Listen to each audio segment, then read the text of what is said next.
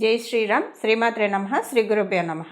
2024 సంవత్సరం ఫిబ్రవరి నెల 4వ తారీఖు నుంచి అలాగే ఫిబ్రవరి నెల 10వ తారీఖు వరకు కూడా ఈ వారము ద్వాదశ రాశుల వారి గోచార గ్రహస్థితుల ఫలితాలు తెలుసుకుందాము.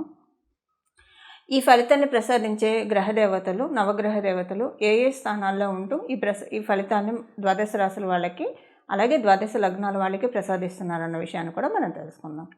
మేషరాశిలో ప్రథమంగా నవగ్రహాల్లో అగ్రగణ్యుడు అన్ని గ్రహాలు నవగ్రహాలన్నీ పూజనీయమైనా సరే ఒక 30% ఎక్కువగా పూజనీయులైన గురు భగవానుడు బృహస్పతి సంచారం జరుగుతూ ఉంది. కన్యా రాశిలో కేతు భగవానుడి సంచారము, అలాగే ధనుసు రాశిలో కుజ శుక్రుల సంచారం జరుగుతూ ఉంది. 5వ తారీఖు వరకు అంటే మొదట్లో 2 రోజులు 4వ తారీఖు 5వ తారీఖు కుజుడు ధనుసు రాశిలో ఉంటాడు. 6వ తారీఖు నుంచి కుజుడు ధనుసు రాశి నుంచి మకర రాశిలోకి మారుతూ ఉన్నారు. అలాగే రవి బుధులు మకర రాశిలో సంచారం చేస్తూ ఉన్నారు. శనీశ్వరుడు కుంభరాశిలో సంచారము, రాహుదేవుడు మీనరాశిలో సంచారము. మనకి చంద్రభగవానుడు ఈ వారం మొత్తం కూడా వృశ్చిక రాశి, ధనుసు రాశి, మకర రాశిలో సంచారం జరుగుతూ ఉంది. ఈ గోచర గ్రహస్థితుల రీత్యా ద్వాదశ రాశుల వాళ్ళకి ఈ వారం ఫలితాల గురించి తెలుసుకుందాం. ఫలితాలు తెలుసుకోవడానికి ముందుగా మీ రాశి ఫలితాలు మీరు ఎలా తెలుసుకుంటున్నారో, ఒకవేళ మీ లగ్నం కనుక మీకు తెలిసి ఉంటే ఆ లగ్న ఫలితాలు కూడా తెలుసుకోండి. లగ్నం ఏ రాశి అయిందో ఆ రాశి ఫలితాలు తెలుసుకోండి. మా లగ్నం మాకు తెలియదు, మా రాశి మాకు తెలుసు అంటే తెలుసుకోండి. అయితే ఇక్కడ చాలామందికి చిన్న కన్ఫ్యూజన్ ఉంది, అది క్లారిటీ చేసే ప్రయత్నం చేద్దాము. ఇప్పుడు ఉదాహరణకి మేషరాశిలో ఎవరైనా పుట్టారనుకోండి, లగ్నము కన్యా లగ్నం అవ్వచ్చు, మేష లగ్నం అవ్వచ్చు, వృషభ లగ్నం అవ్వచ్చు, 12 లగ్నాల్లో ఏ లగ్నం అయినా అవ్వచ్చు. కన్ఫ్యూజన్ లేకుండా మీ లగ్నం మీకు తెలిస్తే కనుక లగ్నం ఏ రాశిలో ఉందో ఆ రాశి ఫలితాలను కూడా తెలుసుకోవడానికి ప్రయత్నించండి. ఇప్పుడు రాశి ఫలితాలు, లగ్న ఫలితాలు రాశిలో కనుక అంటే ఈ రెండు చూసుకొని మీరు రెండింటిని రీకన్సైల్ చేసుకోవాలి. ఒక దాంట్లో ఒక పాయింట్ బాగాలేకపోతే ఇంకో దాంట్లో బాగుంటే కనుక అది యావరేజ్ అవుతున్నట్లు మీరు తెలుసుకోవాలి. రెండిట్లో బాగుంటే చాలా బాగున్నట్లు తెలుసుకోవాలి. రెండిట్లో బాగోకపోతే రెమెడీస్ ఖచ్చితంగా చేసుకోవాలని అర్థం చేసుకోవాలి. అసలు ఇవేం తెలియదు, మా రాశి వరకు మాకు తెలుసు. కొంతమందికి నామాన్ని బట్టి కూడా, ఇప్పుడు ఉదాహరణకి వాళ్ళ పేరు మొదటి లెటర్ తోటి కూడా రాశులు చూసుకునే అలవాటు ఉంటుంది. సో అలా చూసుకునే వాళ్ళైనా సరే ఇది ఫాలో అవ్వచ్చు, అంటే ఈ రాశి ఫలితాలు చూసుకోవచ్చు.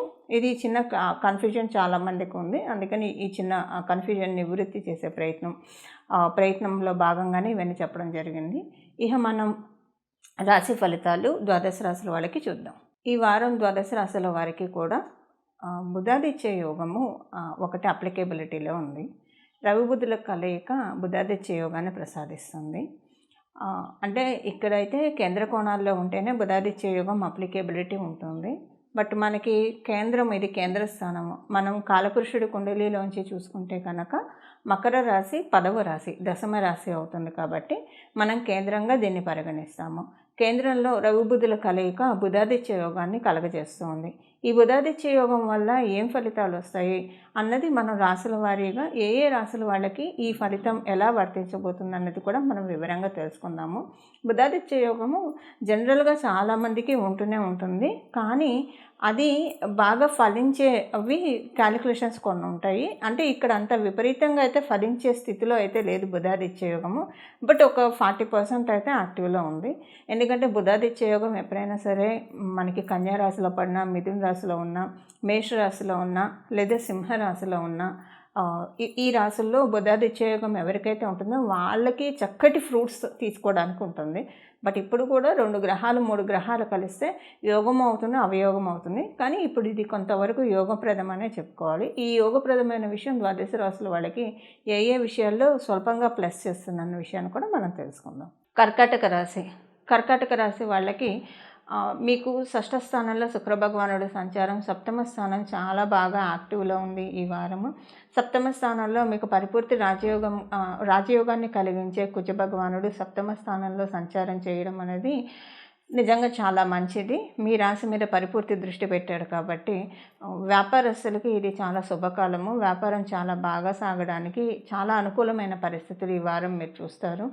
అనుకోకుండా మీకు కొంత ధనం అందే అవకాశం ఉంది. అంటే మీరు ఎక్స్పెక్ట్ చేయని విధంగా కొంత అమౌంట్, అంటే మీ జన్మజాతకం సహకరిస్తే కనుక మనీ కలిసి వచ్చే అవకాశం ఈ వారం వ్యాపారస్తులకి కనిపిస్తుంది. ఉద్యోగస్తులకి చూసుకుంటే కనుక ఉద్యోగస్తులకి వర్క్ ప్లేస్లో చాలా ప్రశాంతంగా ఉంటుంది. అందరితోటి అంటే ఆడుతూ పాడుతూ చక్కగా మీ వర్క్ మీరు చేసుకొచ్చే విధంగా ఉద్యోగస్తులకి ఉంది. మీరు చేసే కష్టం ఏదైతే ఉందో అందరూ దాన్ని గుర్తించే క్రమంలో ఈ వారం మీరు ఉన్నారు. అందరూ అంటే మీరు చేసే ఒక్కొక్కసారి ఎంత కష్టపడ్డా కూడా దానికి ఒక విలువ ఉండదు. కానీ ఈ వారం మీరు చేసే కష్టము గుర్తింపబడుతుంది. దానికి తగ్గ అవార్డ్స్ రివార్డ్స్ అందుకోవడానికి కూడా అవకాశం చక్కగా ఉంది. స్పోర్ట్స్ రంగంలో ఎవరైనా ఉంటే కనుక ఈ వారం చాలా ఉత్తమమైన సమయము. కుజుడు ఇక్కడ ఉచ్చస్థానాన్ని పొంది మిమ్మల్ని చూస్తున్నాడు కాబట్టి మీకు పరిపూర్తి రాజయోగాన్ని ఇచ్చేది ఆయనే కాబట్టి ఏవైనా పనులు కనుక మీరు మొహమాటంతో జాప్యం చేస్తూ ఉంటే కనుక చేద్దాంలే చూద్దాంలే అని అనుకుంటే కనుక ఆయన ముందుకి చోచో అని పోరి ఆ పనులన్నీ కూడా చేపిస్తారు. స్వగృహ యోగానికి అవకాశం చాలా బాగా ఉంది. మీరు కనుక స్వగృహం కోసం ఏమైనా ప్రయత్నిస్తూ ఉంటే అద్దీంటి కోసం మారాలని ప్రయత్నిస్తూ ఉన్నా కూడా ఇది చాలా మంచి శుభ సమయం అని చెప్పాలి. కుజ భగవానుడు దీవెనలు మీకు మంగళుడి దీవెనలు మీకు పరిపూర్తిగా ఉండడం వల్ల ఏదైనా వెహికల్ కొనుక్కోవడానికి అవకాశం ఉంది. అలాగే భూమి కావచ్చు లేదా ఏదైనా ప్రాపర్టీ కావచ్చు కొనుక్కోవడానికి అవకాశం చాలా బాగా ఉంది. సీనియర్ సిటిజన్స్కి చాలా చక్కటి శుభ సమయము. వాళ్ళు కనుక కర్కాటక రాశిలో పుట్టి ఉంటే ఎలా చూసుకున్నా సరే అన్ని సెగ్మెంట్స్ వాళ్ళకి కూడా ఈ వారం పరిపూర్తి రాజయోగం ఇచ్చే కుజ భగవానుడు బలం సప్తమ స్థానంలో ఉండడం వల్ల ఒక మంచి ప్లస్ జరుగుతుందని చెప్పాలి కర్కాటక రాశిలో పుట్టిన వాళ్ళందరికీ కూడా. ఇవి ఈ వారం యొక్క గోచర గ్రహస్థితుల ఫలితాలు. ఈ వారం చేసుకోవాల్సిన పరిహారం వచ్చేసేసి ఈ వారం వీలైనంత వరకు మకర రాశిలో సూర్యనారాయణమూర్తి సంచారము, అలాగే బుధ భగవానుడితోటి కూడి సంచారము, ఇక్కడ కుజుడు కూడా కలుస్తూ ఉన్నారు. ఎప్పుడైనా సరే రవి బుధులు కలిస్తే చాలా మంచిది. బుధ భగవానుడు విష్ణుమూర్తి. ఈ వారం అంతా కూడా శ్రీరామనామాన్ని జపించడం, శ్రీరామనామాన్ని ధ్యానించడము, వీలుంటే కనుక రామాయణం అలాంటి గ్రంథాలు చదవడం ఇలాంటివి ప్రయత్నం చేస్తే చాలా మంచిది. ఇదేమి చేయడానికి అవకాశం లేదు అని అనుకున్నప్పుడు ఈ చిన్న నామాన్ని కనుక జపిస్తే, ఎందుకంటే బుధాదిత్య యోగం స్ట్రాంగ్గా లేకపోయినా కూడా దాన్ని మనం స్ట్రాంగ్ చేసుకోవచ్చు. స్ట్రాంగ్ చేసుకోవడానికి ఈ నామాన్ని కనుక మనం ఈ వారం అంతా జపిస్తే కనుక ఖచ్చితంగా స్ట్రాంగ్ అవుతుంది. ఆ నామాన్ని ఇప్పుడు మనం తెలుసుకుందాము. శ్రీరామ జయ రామ జయ జయ రామ, శ్రీకృష్ణ జయ కృష్ణ జయ జయ కృష్ణ, హరే రామ కృష్ణ హరే రామ రామ రామ హరే హరే, హరే కృష్ణ కృష్ణ కృష్ణ హరే హరే, హరే రామ కృష్ణ. శ్రీరామ జయ జయ రామ, శ్రీకృష్ణ జయ జయ కృష్ణ, హరే రామ కృష్ణ హరే రామ రామ రామ హరే హరే, హరే కృష్ణ కృష్ణ కృష్ణ హరే హరే, హరే రామ కృష్ణ. శ్రీరామ జయ జయ రామ, శ్రీకృష్ణ జయ జయ కృష్ణ, హరే రామ కృష్ణ హరే రామ రామ రామ హరే హరే, హరే కృష్ణ కృష్ణ కృష్ణ హరే హరే, హరే రామ కృష్ణ.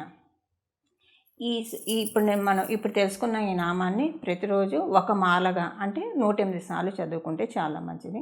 కుదిరిన వాళ్ళు 21 సార్లు చదువుకున్నా మంచిదే. మీరు ఏ పని చేస్తున్నా మనసులో ఈ నామాన్ని ఇంత అని సంఖ్య లేకుండా జపించుకుంటూనే వెళ్ళొచ్చు. మీరు కంప్యూటర్లో వర్క్ చేస్తున్నారు, మనసులో ఈ నామాన్ని జపించుకుంటూ ఉండొచ్చు. మీకు కనుక ఇది కాలపురుషుడు కుండలిలోంచి కేంద్ర స్థానంలో ఏర్పడుతూ ఉంది కాబట్టి ఇది కొంత బలం అంటే పూర్తిగా బలం లేకపోయినా బలం ఉన్నట్లే. మీ జన్మజాతకంలో కనుక బుధాదిత్య యోగం ఉంటే ఇప్పుడు ఇంకా ఈ నామాన్ని పట్టుకోవడం వల్ల ఇంకా అది ప్లస్ అవుతుంది. సో కమ్యూనికేషన్ స్కిల్స్ విపరీతంగా వస్తాయి బుధాదిత్య యోగం ఉన్న వాళ్ళకి. ఇది పట్టుకోవడానికి, ఈ నామాన్ని పట్టుకోవడానికి ప్రయత్నించండి. సకల శుభాలు, సకల సన్మంగళాలు కూడా మీ జీవితంలో ఆహ్వానించడానికి ప్రయత్నించండి. మంగళం. నమో భగవతే వాసుదేవాయ.